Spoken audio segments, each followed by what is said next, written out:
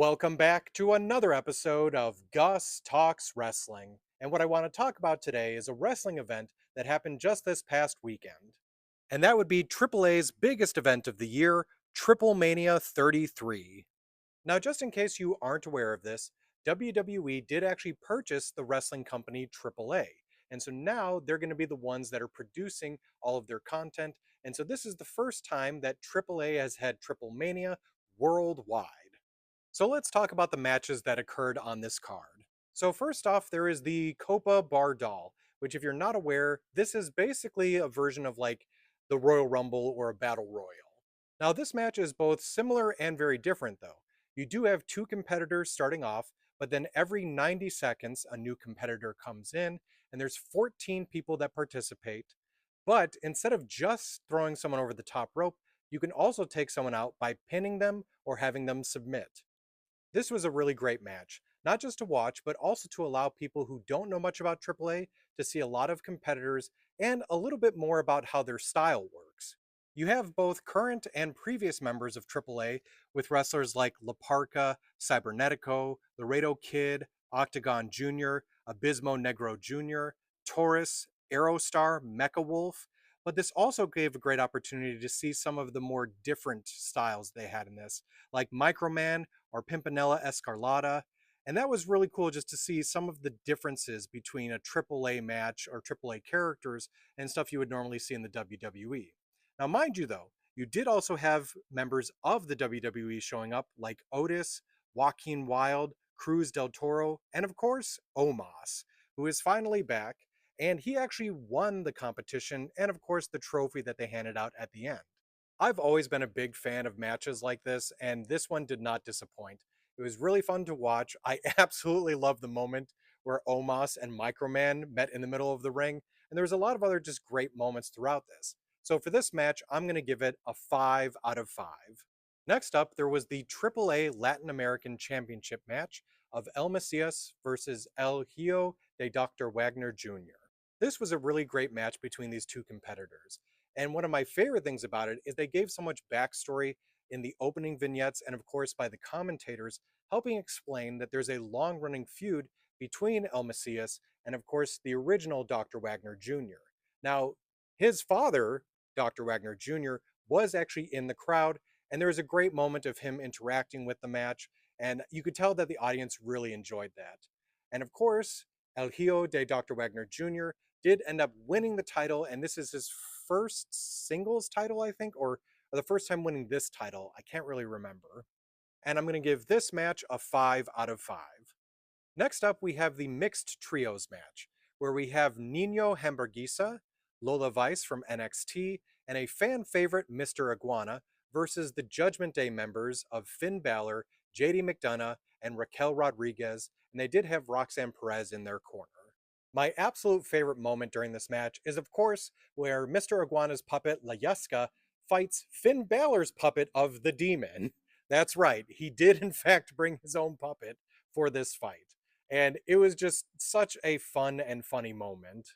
Now, even though I really did like this match, I just felt like there wasn't really any shine out moments other than that puppet fight. Like, I just wish each person got a little bit more ability to kind of showcase. And I don't know, it just felt kind of bland a little. Not terrible, but just a little bland. So for this one, I'm going to give it a 4 out of 5. Then we have the match for the AAA World Tag Team Championships, where we have the current champions of Los Garza, of Angel and Berto from the WWE versus the AAA talents of Pagano and Psycho Clown. This was a really good matchup. I'm honestly very happy with the work that Los Garza has done since the accumulation of AAA. I don't know, I feel like they've just kind of stepped up their game a bit. But I know that the crowd was very happy that Pagano and Psycho Clown brought the titles back to AAA.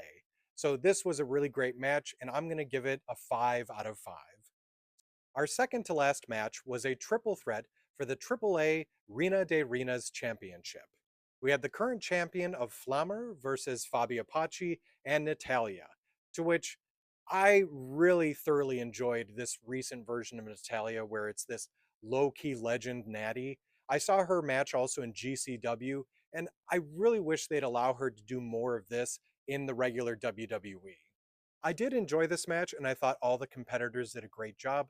Unfortunately, my biggest issue with this is there was a lot of moments where I could tell that the moves were being telegraphed, and I don't know, it made me kind of get taken out of the match every once in a while. So I'm going to give this one a 3 out of 5. And finally, we have the main event, which was a fatal four-way for the AAA Mega Championship. We had the current champion of El Hijo del Vikingo, Dominic Mysterio, Dragon Lee, and at least one of the El Grande Americanos. This was another great match with so many good back and forth moments. I also really enjoyed the fact that there was just such a clusterfuck with multiple other members showing up. We had two members of the LWO, we had multiple members of Judgment Day, we had the two other El Grande Americanos, all making appearances.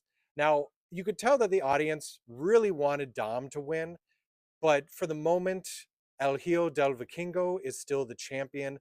But I have a feeling in the near future, potentially at the next Worlds Collide, that Dom might actually end up winning that title off of Vikingo just because of this huge popularity wave that he's on at the moment.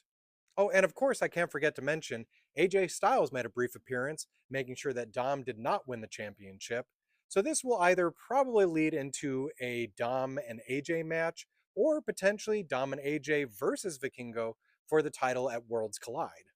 I honestly just think it's really awesome that AJ Styles has had the opportunity to not only show up in TNA recently, but now in AAA.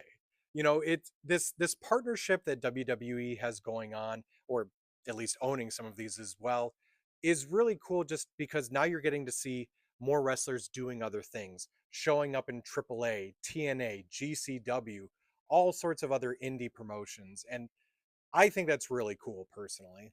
Oh, I almost forgot. My rating for this match is a 5 out of 5.